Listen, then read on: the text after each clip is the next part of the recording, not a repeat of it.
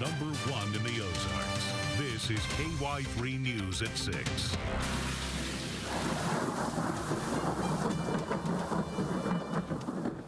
Mother Nature unleashed a frozen fury for a wake-up call all over the Ozarks. Even elements that don't seem to go together, like thunder and sleet, like you just saw and heard, with alternating rounds of rain and snow.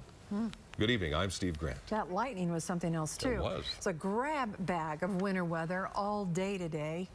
And let's just see if we're done with the frozen stuff yet. Ron Hurst joins us with tonight's first forecast. Ron? Well, I tell you, some folks got a little too much of the frozen stuff. 4 inches of sleet being reported in both Cross Timbers and up in Greenview, which is in northern Camden County, north of Lake of the Ozarks. And again, I want to remind everybody that now that the sun is getting ready to set, everything is going to freeze into a solid sheet of ice tonight. So certainly watch your step. And if you are going to be out driving, that road that may have been okay earlier this afternoon could get a little slick tonight. So make sure you ease up on the gas. All right, let's get a look at the radar picture. We're picking up a few flurries here or there. Nothing very heavy. In fact, we're not even picking up the snow on Storm Tracker 3, so I'm sure it's just very, very light flurries out there. But we may see some flurries. We may see a bit of freezing drizzle going through the evening. Whatever we get is not going to significantly add to the totals that we had from earlier today. Now, we've allowed the winter storm warning to expire here in southwest Missouri, so that is no longer in effect. However, going towards Kansas City, going towards St. Louis or Chicago or Des Moines, be on the lookout. They're still getting winter weather. All right, if you take everything and melt it down, this is what we came up with. Heaviest of the ice, actually, on trees and power lines was over in Oregon County. 32 is where we stand right now in Springfield, which actually is a bit of an improvement over last hour. Our forecast flurries this evening down to 21 in the morning, only 28 tomorrow afternoon, as we'll continue with the colder air. Conditions will improve as we go into the weekend, and I'll tell you just how warm to expect it when I come back. All right, Ron, thanks. From the retail stores to restaurants to some office complexes, the storm kept a lot of people at home today. But as you might imagine, not everybody had the day off, regardless of weather. Contact KY3's Jay Schurter joins us live with that story. Jay.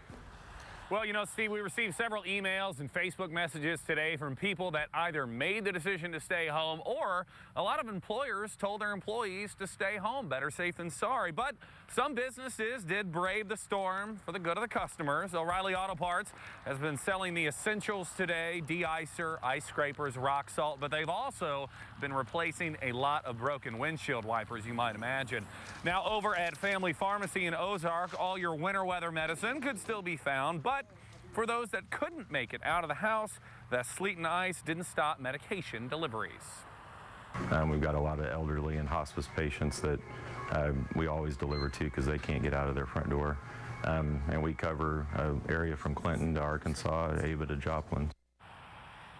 The Salvation Army was also open today, and they actually broke a record last night in their cold emergency weather shelter, and it will remain open again tonight. They're also on standby to be able to shelter and feed up to 200 people should this situation get worse. But as Ron told us, hopefully the worst is over and we won't have to deal with this too much longer. Fingers crossed. Yes, Jay Schurter braving the elements after a full day of braving the elements. Thanks, Jay. Governor Nixon put Missouri in a state of emergency when the whiteout conditions brought the Kansas City area to a near standstill and closed KCI until tomorrow. Rough weather around the country meant lots of flight delays and cancellations. Crews in St. Louis spent plenty of time de-icing planes for takeoff. Some Springfield flights didn't come in last night. Others couldn't get off the ground this morning. Springfield's airport is open, but a lot of passengers out there had their wings clipped. KY3's Emily Wood spent the day with flight hopefuls and some anxious loved ones. As the sleet started to come down, the flight board started to fill up with cancellations and delays. I've been nervous. Yeah, just waiting, you know. If we can get on the 6th, we'll get on the 6th. If not, it's not until 3 o'clock tomorrow afternoon. By noon Thursday, about 2/3 of the flights coming and going from Springfield Branson National Airport had been canceled. The airport itself has been open all morning, and we've had at least one runway open. Airport Director Brian Weiler said crews started treating that runway with chemicals at 3 o'clock Thursday morning and began plowing a few hours later. It really has more to do with the flight conditions right now and whether or not the pilot or the airline feels comfortable coming in. Frustrations mounted for those waiting for loved ones to get here and for those just trying to fly home. Obviously, we want to be safe first, yes, but we don't want to be stuck here for another 3 or 4 days. Airport officials say the impact of the storm will likely affect air traffic for at least another day or so. A lot of the surrounding airports are in the same boat we are. are. We understand Kansas City, Tulsa, so many airports are dealing with these same issues, and we're just all doing the best we can to make the best of a challenging situation. And the airport isn't the only place where people are experiencing travel problems today. KY3's Linda Russell spent the day out with truckers out in the elements on Interstate 44. She continues our team coverage. Yeah, traffic along I-44 here right now is moving pretty good. Drivers are going a little more slow than usual, a little more cautious, but it is a dicey day to be out on the road, and there are sure to still be slick spots. Many took the opportunity to just stay home, but for those who live on the road days and weeks at a time, it's not quite so simple. The job, deliver the load on time. I'm in training, actually. Okay. This is my last week, and next week I'll get my own truck. But Michael also knows it needs to be in one piece, and slick roads bring a big risk. Until this clears up, you know, there's not much we can do. He's supposed to be in Phoenix, Arizona at 8:30 tomorrow morning, but that all depends. We're going to wait till this clears up. When there's ice starting to form on the ground, you don't want to take a chance. You know, no load is worth your life or anyone else's around you. His isn't the only truck put in park. After I told them that we wanted to stay here, they advised that we do that. Many drivers decided to stop in Stratford and wait for better road conditions. It was okay coming in until we got here this morning. Sleet started, and when we went to deliver the load, roads were very icy and hard to get traction on hills. If you're going too fast and there is ice under that snow, you can easily get in a really bad accident. The gusty winds are also a risk for big rigs. The higher the center of gravity, the more likely you are to roll over. So, you know, those wind gusts, if you're light enough, they can tip you over. They can blow you off the road. But some chose to accept Mother Nature's challenge and keep on trucking. Very slippery, very icy. They're getting a little better once we hit the 44. But born and raised in Buffalo, New York, so this is typical for us. And for Chuck, who's used to this stuff, he recommends just slow it down, increase your following distance, especially for those trucks, because if someone in front of you starts to skid and then you panic and hit your brakes, you'll skid too. So keep that following distance, not only for that reason, but also we are seeing out here on I-44 sheets of ice flying off of vehicles and trucks. So keep your distance, and that could protect you from flying ice as well. Hope some of those motorists whizzing by can hear you, Linda. Linda Russell for us live tonight. Thanks.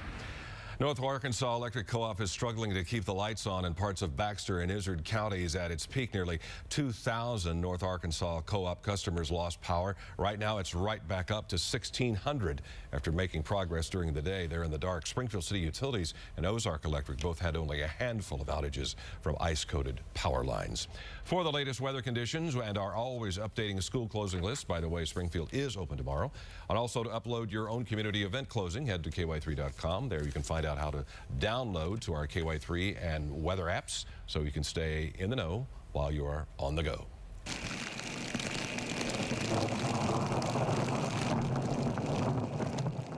Wow, isn't that something? Booming thunder and raining heavy snow. People in Wichita, Kansas were treated to that rare sight and sound. The system dumped heavy flakes, and a lot of them. In St. Louis, postal workers stayed true to their legendary motto. Snow did not stop their deliveries, but more heavy precipitation is making for miserable travel there tonight. MoDOT says it won't get better anytime soon for St. Louis commuters. Traffic still at a standstill on said Midwest interstate. Stretches of I-70 closed in Kansas, and also Columbia, Missouri was a big mess today. Same goes for I-29 heading north out of Kansas City.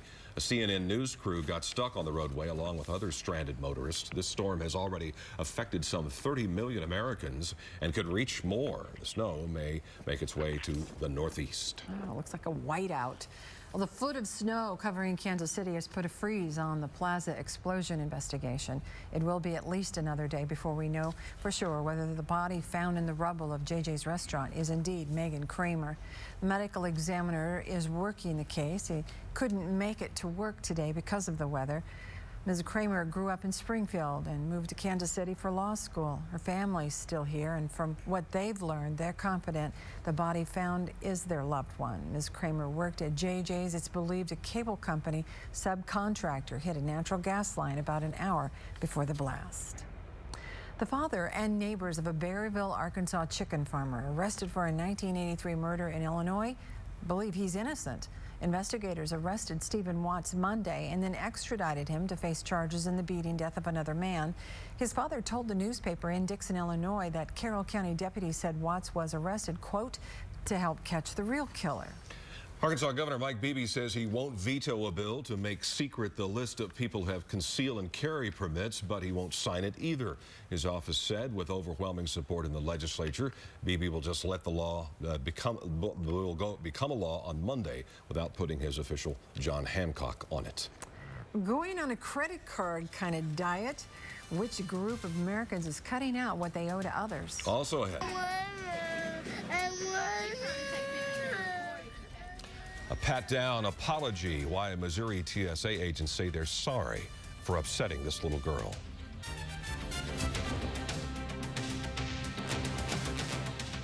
You're watching KY3 News at 6 with Lisa Rose, Steve Grant, Jay Sheridan with Contact KY3, Storm Team meteorologist Ron Hurst, and sports director Ned Reynolds. The Ozarks' #1 newscast.